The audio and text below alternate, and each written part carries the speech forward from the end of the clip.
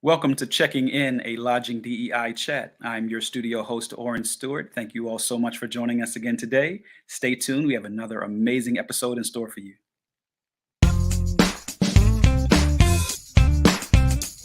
Hey!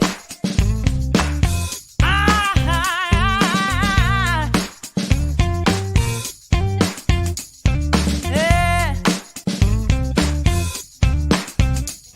Hey!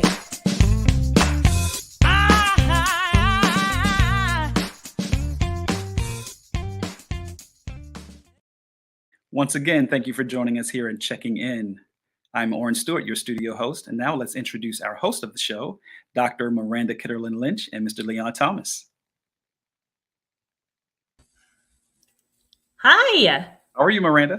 I'm great. How are you? I'm doing well. Leon, how are you? Hey, Oren, all is good. I hope you are too. I'm doing well. You both have an amazing show today. Thank you so much. Thank you. So, Miranda, here we are. Is this the last one before the new year, right? It is. I think it is our last show of the year. Yeah. So, happy holidays to you. To you as well, and Thank to all of you. our listeners. Yes, absolutely. Now, tell me, we're on episode number. Pretty sure it's 14. Pretty sure it's 14. Episode 14. Wow, who the funk? I know. We're just rolling. And Yeah. our list is still growing of people who want to come on the show and have these conversations. Yes, I love it. The list is growing. I got a call from someone yesterday who said, I'd really like to be on your show. And, we do have another episode this year. Oh, you're right. That's right. I forgot because I'm just thinking about the calendar. One more. There will be one more. That's right. Don't panic. We're not leaving you yet. Not yet. But this person calls, right? Former colleague who's doing some really good things in hospitality management. They call and say, I want to be on your show. What do I have to do? I'm like, you just did it. You called. You called, right? And he says, that's it? I'm like, yeah, that's it. I go, how about mid-January? He goes, well, I can't. Like, why not? He goes, I got vacation mid-January. How about February? So we're booking in the February now. Yes. Leon, when I tell you this week alone, I've had 5 different people reach out. Wow. This week alone. So Love it. Love it. So folks, we're glad you're watching the show. We're glad you want to be guest on our show on Checking In, a Lodging DEI chat. If you don't already have direct access to me or Miranda, you can contact me. You can call me. I'll throw my phone number out there today. Go ahead. Here it is. It's 443-756-5700. Our producers are talking to me going, no, don't do that. No. It's 443-756-5700. Or you can send me an email. The email address is leonthetrainer@gmail.com. And Miranda, how's everyone get in touch with you? you can certainly email me, mkitterl@fiu.edu. You can Google Miranda Kitterlin Lynch. I promise you that's probably the easiest way. Because I'm the only one. Yes. But so looking forward to today's show with our guest, David President. Let's bring David on and let's get this groovy conversation started with him. Hey, David, how you doing? Good morning. I'm great. How are you? Everything is great. Good to have you with us. Look at you looking all sharp. I like it. Well, the power of a suit, it's a real thing. So I try to live it every day. I hear you wrote the book about it. So I did. Thank you. Yes. Excited to talk about that as well. Awesome. Yeah. So Leon, you think that my catch line is cute and fun, but his is even better. When we asked him, how do you pronounce your last name? David, what did you tell us? I said, president, just like the president. Minus the job. Yes, right. I love it. So if you could tell our listeners, just tell us who you are and what you do. Absolutely. My name's David President. I work in the hospitality industry. And for the past 17, going on 18 years, I've dedicated my life to taking care of others. I'm currently a regional director of sales and marketing for one of the best hospitality company management companies in the world, Remington Hospitality. And I sit here in the DC area where I assist and support a few of our hotels. Awesome. Congratulations on both your recent promotion, and it looks like you recently received an award on behalf of the Yes. property. Thank you. Yes. Shout out to SGMP NatCap. We were honored to be one of their suppliers of the year. So that was really, really a neat surprise. That's fantastic. Congratulations. Thanks. In 17 years of hotel sales, I bet you have lots of stories for us. We can sit here for hours going over some of the stories that I have. Yes, but it's never a dull day, and that's one of the things that I really, really love about this industry. Fantastic. David, take us through your hotel career. I mean, don't stop at every job and I did this, and did this, but Right. take us through your career from when you started and what brought you to the hospitality business, and kind of highlight some of the moves and some of the positions you've had. I think it would be valuable for those that are interested in a career in hospitality to kind of hear your career path. Absolutely. I'll be glad to. I started in hospitality on a whim. I had graduated high school, and it was the summer before going to college, and I needed a job. So I started working in banquet setup at a historic hotel in Charleston, South Carolina, where I'm from. And I was going to go to college for psychology. Don't ask me why. It sounded good at the time. Had no idea what I was going to do with that degree. But after working in the hotel that summer, I really, really enjoyed it. I enjoyed the hustle and bustle. I enjoyed meeting new people every single day, making a difference for people's weddings and events, and putting smiles on people's faces.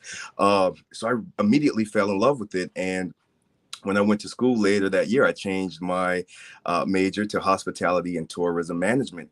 And throughout school, I continued to work full time at the hotel. And one day I decided to apply for a front desk job. I said, well, you know what? Let's give this a try. If I'm good in banquets, I probably can do well at the front desk also. And the GM saw my resume, and he saw that I had all of this banquet experience. And he said, I have a sales coordinator job available. I think you would be a great fit. And it was for a select service property. So at that property, sales coordinator, you book it, you cook it, you set it up, you tear it down, you do everything. So it was really, really a great opportunity for me to get my foot in the door into hospitality sales. So I took that job, and a couple of years later, I was promoted to a catering sales manager. And let me tell you, that was fun. If you have ever detailed a wedding, you really learn a lot about the ins and outs of the brides and their mothers and everybody else involved with detailing a wedding. Not my best time, but I definitely learned a lot. Shortly after that, I got into the group sales side of the industry. Relocated to Florida, where I started my group sales career, and basically took off from there. I just kept climbing the ladder, was promoted to assistant director of sales, and then director of sales, area director, and now regional director of sales. This industry has afforded me the opportunity to move around. I've lived in several different states and cities, all because of work. So I've been able to not only grow professionally, but also personally by taking different opportunities in different areas. And that led me here today, where I'm at now in the DC market, and in my current role as regional director of sales. Now, before I turn it over to Miranda, I got to make a comment. You mentioned that the details of a wedding, right? You talked about that, everything about the bride and her mom and all that stuff, right? You said that. All right, I got to tell you my horror story, which is one of the reasons I probably only had one job in sales, right? So I was working the front desk one Saturday, and a bride and her mom came in, and they said, we'd like to take a look at some rooms. Like, oh, sure, I'll give you the tour. And I said, how many people are coming to your wedding? They said, 200, between 200 and 225. And I meant to say it like in my head, but I let it out. I said, you don't know that many people. I ain't many people come to your wedding. No! And it was on. It was on. Yes. Oh my God. Very sensitive topic. Yeah, it was on. And so I said to myself, I'm definitely not the wedding sales guy. That's for Me and sure. you both. So, Me. ooh, man. That's fantastic. Yep. So I have to know, tell me about this book. Tell me about this book about the importance of wearing a suit. Absolutely. Well, the power of a suit for me, it started as a young man. My grandfather was one of the most dapper gentlemen that I've known in my life. And my grandparents raised me. So I was able to apply some of what he taught me to my own life in the professional world. I decided to write this book because I felt that there was a big need for help in terms of professional attire. I felt that young men my age and younger, and women too, could benefit from hearing some of the stories of how I was able to successfully break into doors because of my appearance. How, the first impression, the first thing people notice about you is the way you look. Before you even open your mouth, the first thing that they notice is what they see. So you can also make a first impression by showing up suited and booted, as we call it. So this book was really passionate, and I decided to share some personal stories about how it has not only helped me in my career, but it's also influenced people around me to step their game up. Ultimately, I would say that the power of a suit, it's a real thing. And not only is it real, but there's studies behind it. Harvard University did a study that says that people who wear suits are far more likely to outperform their peers. And so when I was writing this book, I did a lot of research on how dressing the way you want to be addressed. And I just put all that information and all that love into the book to hopefully empower somebody coming up behind me. That's fantastic. I can't wait to pick up a copy and look over it. And I agree with you. Whenever I walk into a classroom, if I don't have my suit jacket on, I feel like I'm not supposed to be there. So I'd absolutely subscribe to what you're saying. Yes, absolutely. And the book is available on Amazon, so it's not easy to find. It's not hard to find. Not hard to find. Yes, Awesome. yes. Awesome. So can you tell me just a little piece of one of those stories? What's one defining moment where it kind of clicked for you that, yeah, this is what's going to make me powerful and bring me places? Well, I talked about applying for that front desk job when I went on that interview. Prior to that, my grandfather, and I talk about this in the book, so it's not a surprise. He took me. Don't give us the full book. No, I want just a little excerpt. So he took me to Goodwill, and we bought one of my first suits. And he said, "You're going on this interview. I know it's just a front desk job, but you have to show up appropriately." So I showed up to the job interview in the suit, and the general manager at the time, he was walking by me in the hallway. I was waiting on the human resource director to come and get me. And he stopped and he said, "Hey, you're dressed sharp. I like that." And he said, "What are you here for?" And I said, "I'm here to interview for the front desk job." And he said, "Do you have your resume on you?" And I said, "Yeah." And he took me into his office and told me about the sales coordinator job and interviewed me for that job. Just bypassed the human resource lady that I was there to interview with. But it was his first impression of me. He saw me, and the first thing that he noticed was the way I looked, the way I presented myself. And to him, that was enough to say, "Hey, let me stop and say something to this guy." So that's just one little story about how dressing can empower you, but it also encourages people around you to notice that, this guy might be up to something. So that's a short story, short excerpt from the book. I love it. Thank you so much. Yeah, nice. Folks, you're watching Checking In, a Lodging DEI chat. I'm Leon Thomas here with our co-host, Miranda Kitterlin Lynch. Our guest today is David President, Regional Director Sales with Remington Hotel Group. Or is that Hotel Management? What is the official name there, Remington David? Hotel Management, or Remington Hospitality Management. All right. That's where he works. He's the Yes. regional director in the Mid-Atlantic area. David, thanks for being with us on the show. Now, throughout your career, I mean, let's face it, there aren't many Blacks that are in management in hotels, although they say the number is improving. Tell us about your career path. Who were your mentors? Who were those that helped you along the way? And second part of that, tell us about any Black professionals in the industry that helped you along. Absolutely. I mean, I've been blessed to have a lot of people that took the time to pour into me one way or another. But I'm also the guy to knock on your door and say, "Hey, can I help you with something? Do you need help with this report? Can I learn this? Can I assist Hmm. with?" So I was also able to put myself in front of people as well. But a number of different people helped me along the way. I could drop a few names here. You know, Michael Capolis, he gave me my first job in the sales world. I had great mentors that I still work with now, like Sean Anderson with Remington Hotels. Jeffrey O was also implemented in what I'm doing here with Remington. Some of the Black professionals that I've had the opportunity to work with, Liz Wagner, she was a SVP for Pyramid Hotel Group. And I worked with Pyramid with her and Jason Reeder for a while, and they both took the time to really groom me and cultivate me. And they sent me around to different hotel brands so that I could learn the different brands just to be a better force for the organization. I can go on and on. I just remember people throughout my career who really felt that they saw the potential in me and would take time to help me understand different reports and processes and better ways of selling, better ways of handling objectives, and just being a better salesperson all around. So I would say to anybody who's stuck in their career or looking for a mentor, that person might be right outside your office door. Sometimes you just have to knock on that door and say, "Hey, how can I help?" Or, "Hey, I'm struggling in this area. Is there any tips that you can give me?" One thing that I notice is people like to help.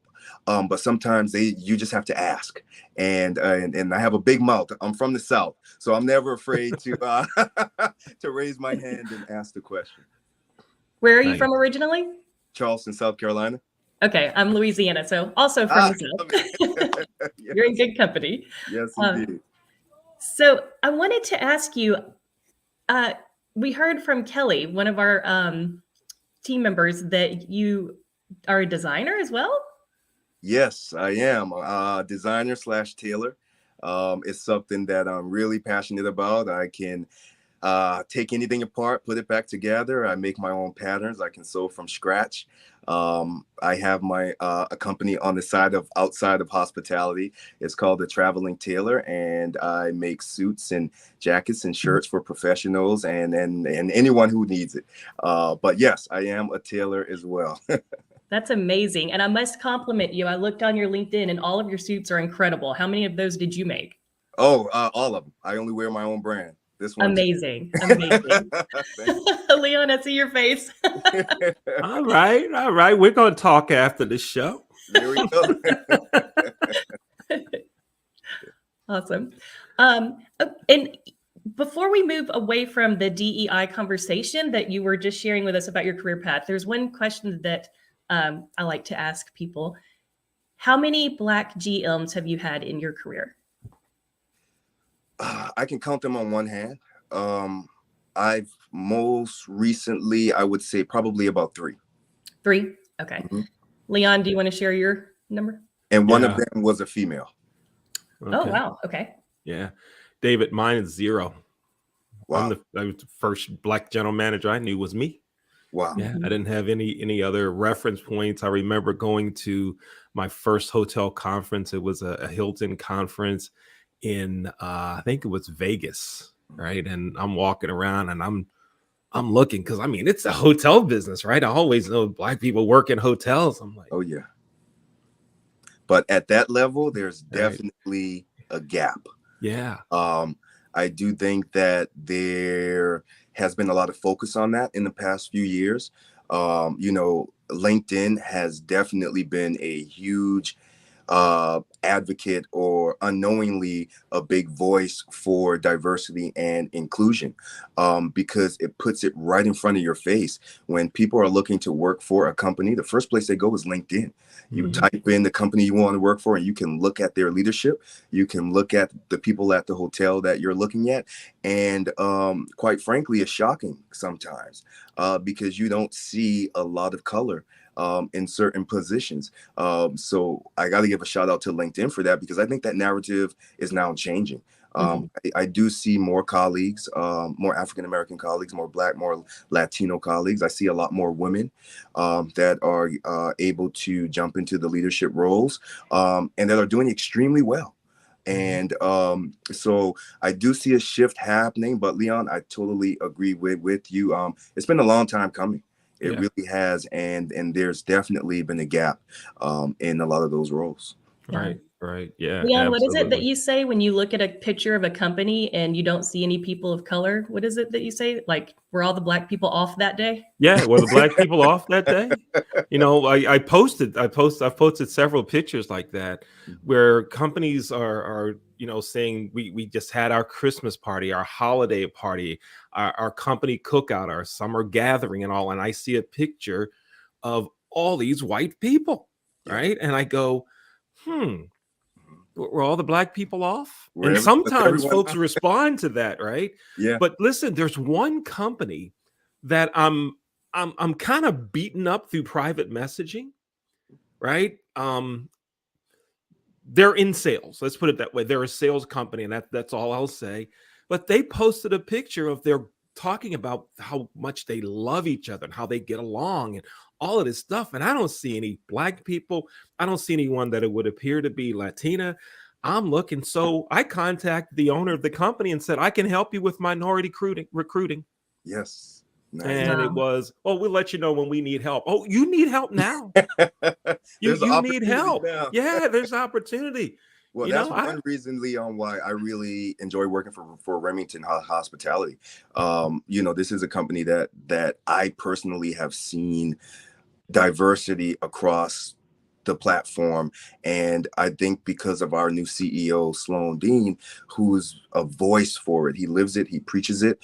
And, you know, a lot of my colleagues are young Black GMs, young Black directors of sales.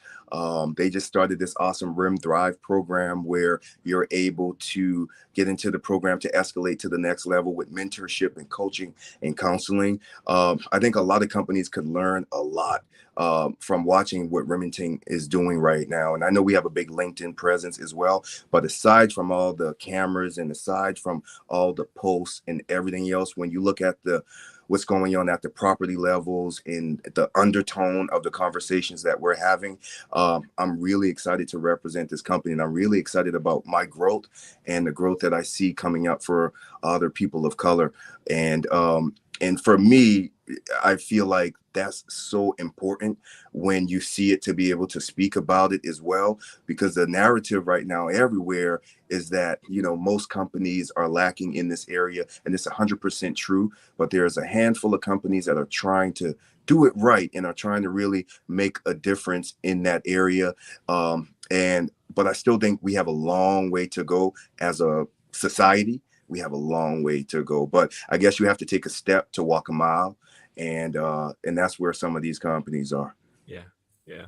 That's really, really great to hear, because I think sometimes we get a little frustrated when we hear so many companies saying that they value diversity, equity, and inclusion, yet we don't really see any action. So that's refreshing to hear that Remington is actually doing the things, right? Yes. Awesome. Leon, I know you want to ask about the crab cakes. Okay. All right. Since you brought it up and you knew it was going to come anyway, right? You know, David, even if we go like over the 30 minutes that we have set for the show, we always talk about crab cake, even if we go over time. I'm biased. Okay. So now, let's do it. All right. Now, all right.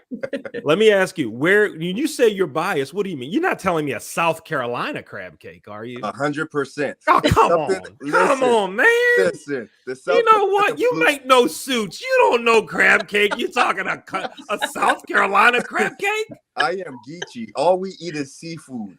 And the South Carolina blue crab is the most saltiest, tastiest crab that I've ever had in my life. When I move to Maryland, and I'm probably going to get my Maryland flag pulled as soon as I'm done with this, but everyone's like, you got to try the crab cake. You got to try the mambo sauce. You got to try the crab cake.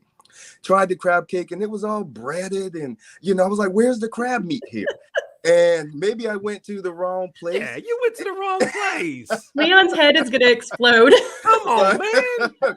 You don't know. You even called it blue crab. Nobody calls it blue crab. It's just crab. It says blue crab. South Carolina blue crab, and it makes the best crab cake. And I will live and die by that. Yeah, So best crabs. okay. We're planning a gathering, and you're invited. Yeah. Listen, Friday, December 30th. All right, go into your system, whatever, to get your time off. Yep. Friday, December 30th. We're having a racquetball event at my racquetball place. Miranda is gonna come up and play racquetball. Our producer Kelly is gonna be there. Nice. Our other producer Oren's gonna figure out how to get there from Texas. You come too. And we're gonna do two things that day. We're gonna play racquetball. Then we'll go around town. We'll test crab cake at 3 places. Okay, let's do that. All right, let's do it. And It's a perfect day. while you're here, bring your tape measure and hook me up. Give me a nice suit. Consider it done. I love it. Awesome. So before I let you go, may I please ask one last question? And that is, what would you go back and tell your 20-year-old self? Oh, my 20-year-old self. I would probably go back and tell my 20-year-old self to stay the course. Because, sometimes when you're in a storm, you really don't see the benefits that you will receive later in life. I remember working for some tough GMs, some tough DOSs who pushed me and almost pushed me off the ledge, but they were grooming me and teaching me to be better. And now I look back and I use all those tips, tools, and tricks that they taught me. So I would tell myself to stay the course. It's going to be okay. Stay focused on what's in front of you and continue to be a blessing to others. I think all of those things combined really, really, really makes me who I am now. And I wouldn't change one thing, good or bad. So I would tell myself to just stay the course. That's excellent. Thank you so much. Yes. And I would also tell myself that the Dallas Cowboys wasn't going to the Super Bowl past 10 years. And I would try to change that. But that's it. Wow. You're a Cowboy fan living near DC? I am. But there's a lot of us. There's a big squad here. So learning a lot about you. You don't know crabs and you don't know football. Other than that, you're an okay guy. Other than that, you're all right. Thanks, Leon. I love it. Thank you so much, David. It's been an enjoyable conversation. Thank you for sharing so much about you, about your career, and about all about you. I mean, your clothing line, your clothing business. Thank you so much. This has been a great conversation. Thanks for spending time with us. And Thank everybody you go so buy much the book. Yes, go buy Yes. the book, The Power of a Yes. Suit. Available. Power. Go ahead. Tell me the name of it again. I want everybody to hear it. It's The Power of a Suit. It's available on Amazon, or you can reach out to me on LinkedIn, and I'll make sure you get a copy. All right, great. Thank you. And let's continue the crab theme just for 1 second. I see we had a comment up there from Arlene Lemus, I think, that talked about nothing like a bushel of crabs and a few. Oh yeah, Yes, indeed. yeah. Now we're rocking. All right, David. Thank you so much for being with us. Thanks, Leon. Thanks, Miranda. Thank you. Bye. Miranda, great show, huh? Yes. Yeah. Outstanding show. Folks, you just watched an episode of Checking In, a Lodging DEI chat. I'm Leon Thomas with our host, Miranda Kitterlin Lynch. Let's take it back to our studio host, Oren Stewart. Hey, Oren. How are you all doing? Such a great show. Another great episode as usual. Mr. President, sounds like we have to vote for you one day, sir. Absolutely. Yes, great episode once again, as always, here at Checking In, a Lodging DEI chat. I am your studio host, Oren Stewart. Please continue to join us each week. Take care.